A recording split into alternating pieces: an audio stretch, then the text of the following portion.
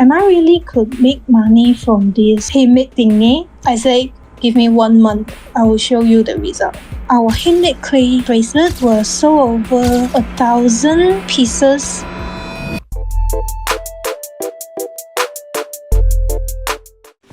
So, Remi, can you tell us a little bit about you? Who is Remi and how did she become a founder of Oren Soda jewelry brand?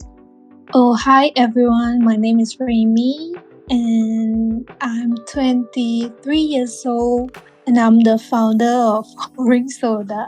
Accidentally, I was browsing through the internet when I was studying college. So I saw like crafting clay bracelet thingy. So I think I can do this and sell it on internet. Because when I was little, I always like to do this craft and handmade clay stuff. So I think I can started to make it as a side hustle or like small money that I can do in my college. From what you can remember, what do you think was the biggest achievement that you had from running Oren Soda? I think one of my achievements is our handmade clay bracelet was sold over 1,000 pieces last year. Oh wow. And how did that feel like for you? I'm very shocked and very grateful. That's a lot. And how was it like going through it all in all? Because like that's a really huge order and just like processing it all as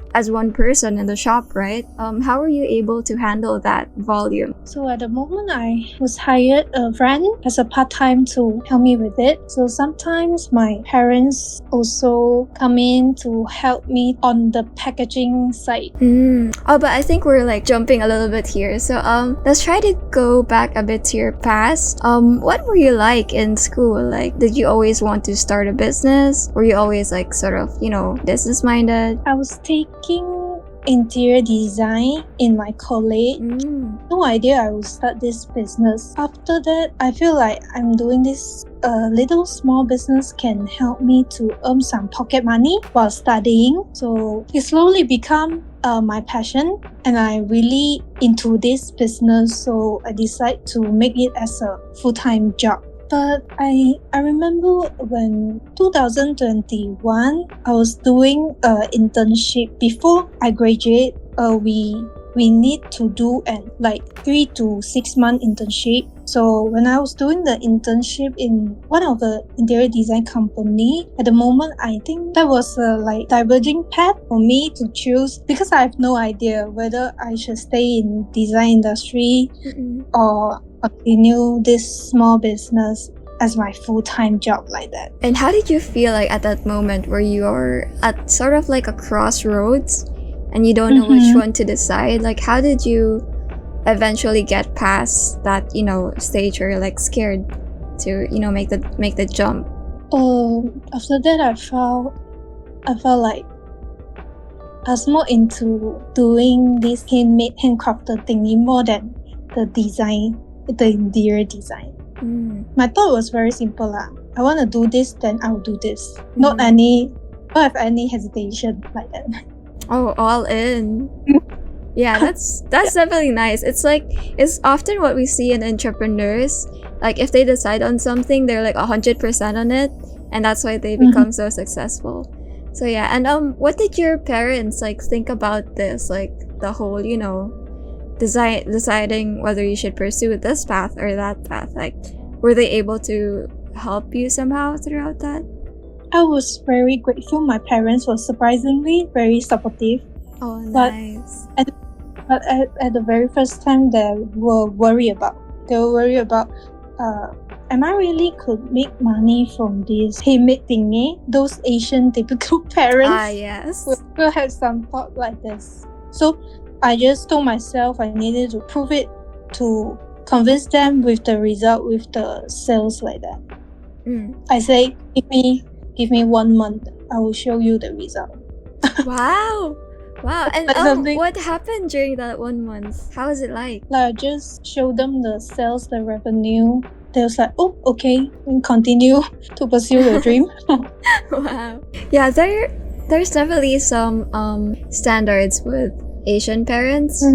But yeah, it's nice that you have the the nicer kind Yeah, luckily. Yeah, lucky. So, like, let's go to the business side now. So, how was it like when you first started your business journey? Like, you mentioned you had to prove to your parents that you had sales and all. But other than that, like, how did it feel like actually starting the business? So initially, me and my sister like starting to create a logo first because we have no idea what to name the brand. So my sister liked to drawing, so I asked her to draw me a logo. I wanted a very memorable and quirky logo. So she just came out with a drawing of like, do you remember the human wearing a orange hat, like the Yeah. black and our old logo? Yeah. Oh. So after the drawing come out, I was like, oh, the words Orange Soda just stood out to me, and okay, then the orange, why it's OREN is in a Malay word, because I think if I make it in orange, in English, orange soda will be very long. So I changed it to a Malay word to orange soda, so it become easy to remember for people. I think lah. Yeah, that does make sense. But I think some of my customers who very curious and ask me about why a brand called Orange Soda and selling jewelry. That doesn't make sense. So, but you guys look at Apple, right? Apple also named their brand after a fruit. But gadgets, selling iPhone, selling iPad. True. So That's Apple true. Apple can do it. Orange Soda also can do that. That's true. But like, what do you think goes like behind that? Is it like because you mentioned that oren is the Malaysian word for orange. Like maybe you wanted your brand to somehow represent that like jolly vibes. Like was that what you were trying to go for? Oh, I see. Okay, that's nice. And so you mentioned your sister liked to draw.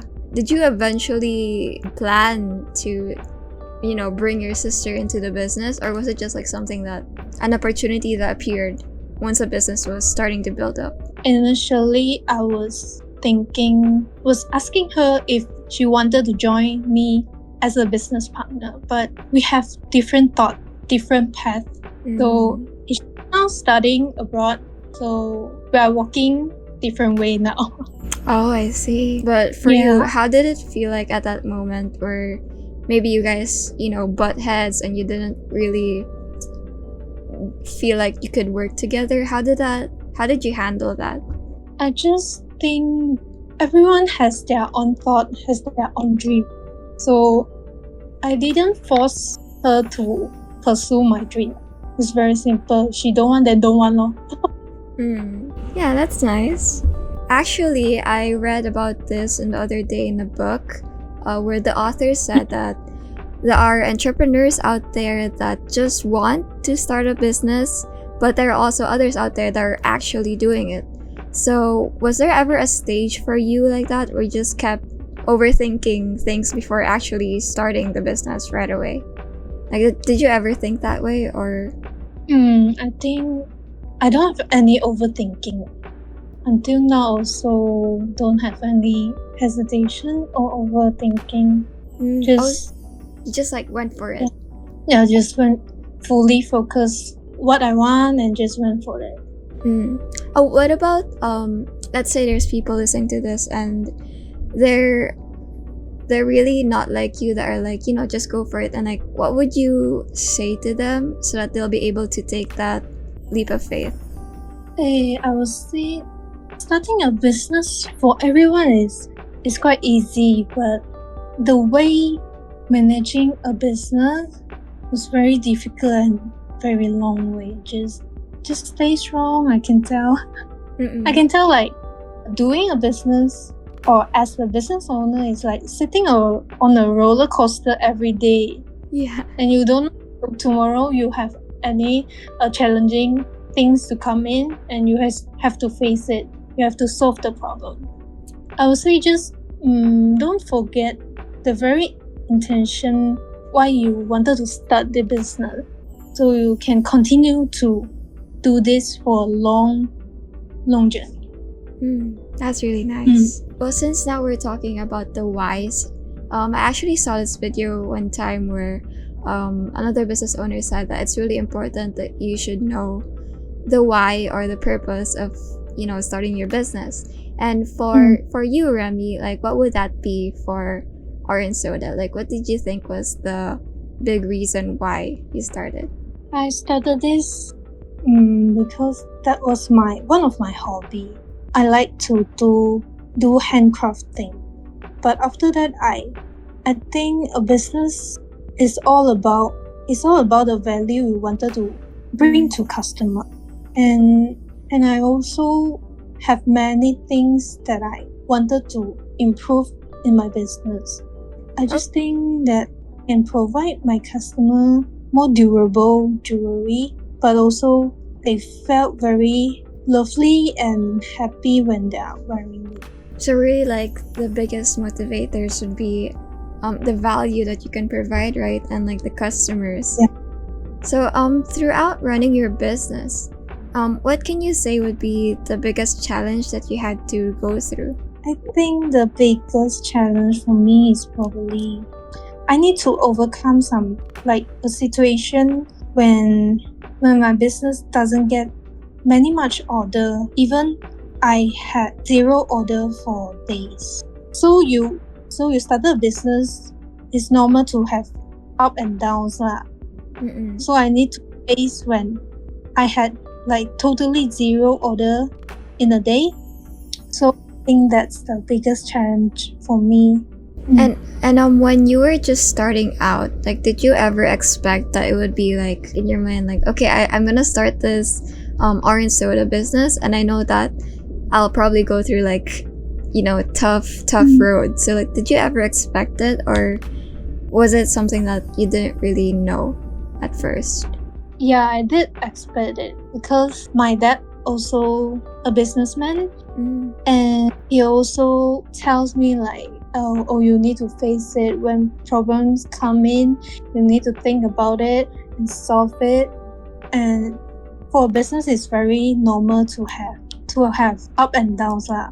So I think parents did encourage me a lot. So it helps me to overcome it. So it sounds to me like your parents are really like instrumental to like this motivation that you have to continue the business. That's really nice.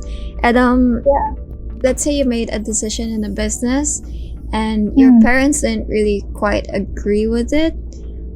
Were there times where you had to like have this like sort of argument with them, or did they just support you either way? I think so far we don't have any arguments like with my parents. If I bring some ideas like they don't really agree with it, we will sit down and have a talk of it. That's really healthy. Like that's some good parenting right there. So I actually really wanted to ask you this question because like from what I can tell, you're really passionate about what you're doing, and that's really super inspiring. So I just wanted to ask, like, how do you stay passionate or let's say disciplined with your business? Like when there are days where it's like you said, like a bit slow sometimes. Like how do you stay passionate or disciplined with your business? Well, I would say I was not every time was very passionate on it. I got some burnout sometimes, but I just give myself some time to take a rest and just go through it and continue to do what I should do. So just don't give up. Oh, that's nice. And this like, because I really like notice that you have this like mentality of like just keep going, and like when you make a decision you're like all in on it, and that's really impressive. So would you say that you got this kind of mindset from your environment, or was it just like something in you like ever since you were born? I think there's just something in me, my personality. I can tell you were very competitive in school. Oh really? Yeah. I think that's one of the spirits that entrepreneur need. Yeah, that's true. Before I ask you the last question, would there be anything we could do for you? Like perhaps you would like to share some future plans or projects that you have for Oren Soda? For future plans, I'm still planning to launch some clothing related or manicure related products in the future. So I hope that Oren Soda, there will be a platform that can cover not only jewelry but other accessories lah. Okay, now I'm curious. Like your plan with diversifying like jewelry to other sections, like was that something that really like you wanted at the very beginning? I would say no, but I wish Oren Soda is not just selling jewelry, but also fashion accessory related for those young girls or women. So they Oren platform they can just buy all things in one time. Okay, this is probably the second to the last question, but I'm really super curious still.